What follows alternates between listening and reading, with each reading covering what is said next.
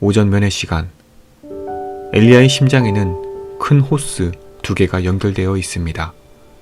새벽 에크모를 달고 에크모에 큰 문제가 있어 한두 번의 혈압이 떨어지는 일이 있었다고 합니다.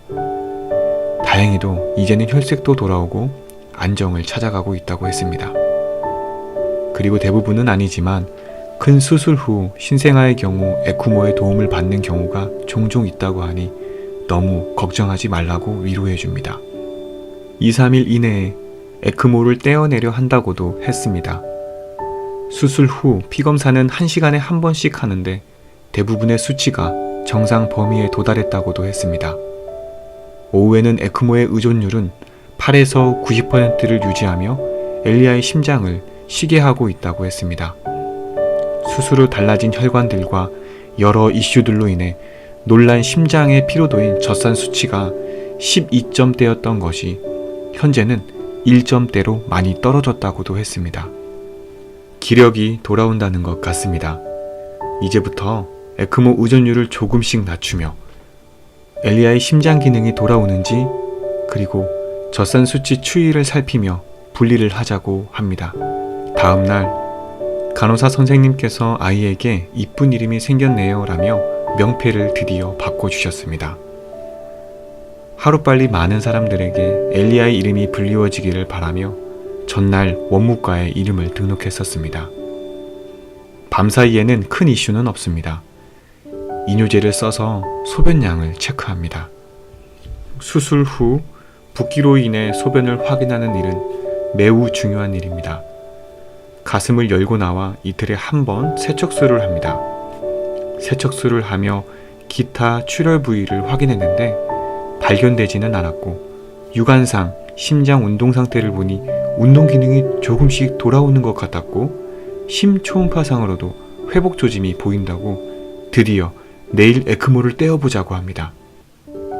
에크모 분리 시 가슴도 닫을 수 있으면 그렇게 하자고 합니다. 하지만 가슴은 열고 나와도 되니 에크모만은 떼어냈으면 좋겠습니다. 그렇게 에크모 분리술에 대한 동의서도 작성합니다. 19년 7월 11일 아침 첫 타임 엘리야는 에크모 분리를 위해 수술실에 들어갑니다. 땡맘과 함께 혹시 모르게 걸려올 전화를 대비해서 아침 일찍 소아중환자실 대기실에 도착합니다. 오전 면회 시간이 10시가 훌쩍 넘어도 수술이 완료되었다는 안내가 없었습니다. 한참이 흘러 드디어 엘리야의 보호자를 찾습니다. PQ 안으로 입장하는 길, 너무도 떨립니다. 엘리야 병상 앞 바닥에는 핏자국이 여럿 있습니다. 순간 엘리야를 보는데 울컥했습니다.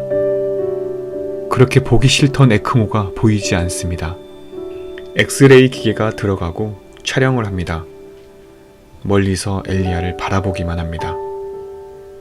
임상 강사분께서 오셔서 에크모는 잘 떼어냈다고 이제부터 경과를 잘 봐야 한다고 했습니다. 연신 감사합니다란 말만 했습니다.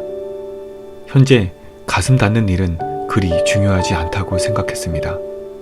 그리고 곧 권보상 교수님께서 오셔서 약을 줄여도 심장 운동이 나빠 보이지 않았고 회복의 조짐이 보여 에크모를 떼어내는 데는 큰 문제가 없었다고 합니다.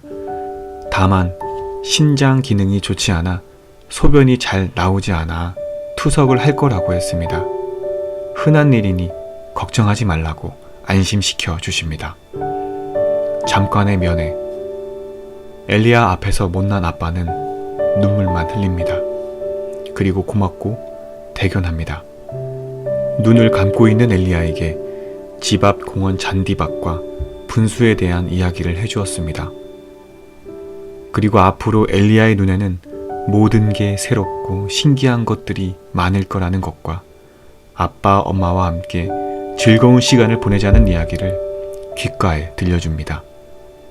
바다와 산, 모든 곳이 엘리야가 누비게 될 놀이터가 될 거란 이야기도 해주었습니다. 잠들어 있어도 분명히 듣고 있을 거라 믿고 사랑한다고 더 뜨겁게 엘리야를 불러줍니다.